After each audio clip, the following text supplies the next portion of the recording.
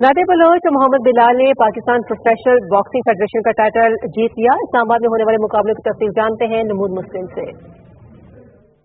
Pakistan professional boxing federation के ज़ेर एहतमाम boxing के मुकाबले इस्लामाबाद में नादिर बलोच और मोहम्मद बिलाल की फतह के बाद इख्तिताम पजीर हो गए। कराची के नादिर बलोच ने गुजरात के असद जट को नॉकआउट की बुनियाद पर शिकस्त दी। टाइटल फाइट में नादिर बलोच और असद जट ने एक दूसरे पर भरपूर हमले किए, मगर असद जट नादिर बलोच के जोरदार मुक्कों के बायस जमीन पर जा गिरे। दूसरी टाइटल फाइट में मोहम्मद बिलाल ने कामयाबी हासिल की।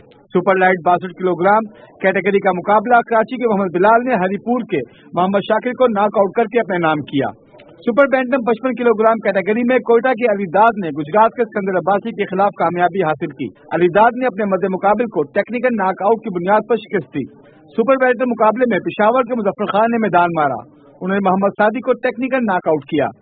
हरीपुर के मोहम्मद नासिर और अफगानिस्तान के मोहम्मद नबी के दरमियान मुकाबला नॉकआउट की बुनियाद पर जीत लिया।